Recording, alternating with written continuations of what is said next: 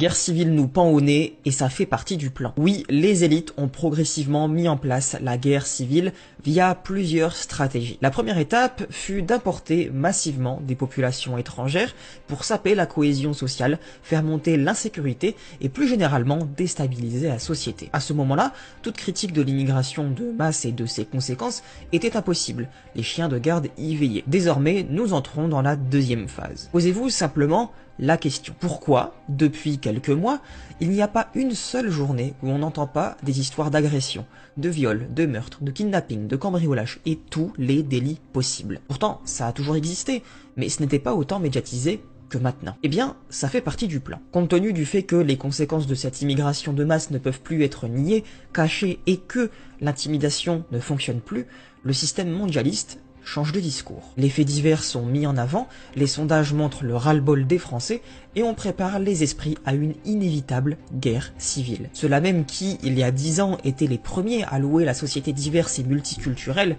nous alertent tout d'un coup des dangers de l'islamisation. À ce stade, il est essentiel de comprendre que la stratégie du mondialisme, tel un pompier pyromane, est de créer des problèmes dont il va ensuite apporter la solution. Dans ce cas précis, l'insécurité et le risque de guerre civile vont servir de justification à la mise en place d'une surveillance encore plus étroite et généralisée, des restrictions encore plus grandes des libertés, et surtout diviser la société pour empêcher toute réelle union du peuple contre cette oligarchie. L'objectif final a toujours été que ce soit le peuple qui, épuisé, apeuré et sous tension permanente, demande lui-même la mise en place de la société de surveillance et du nouvel ordre mondial.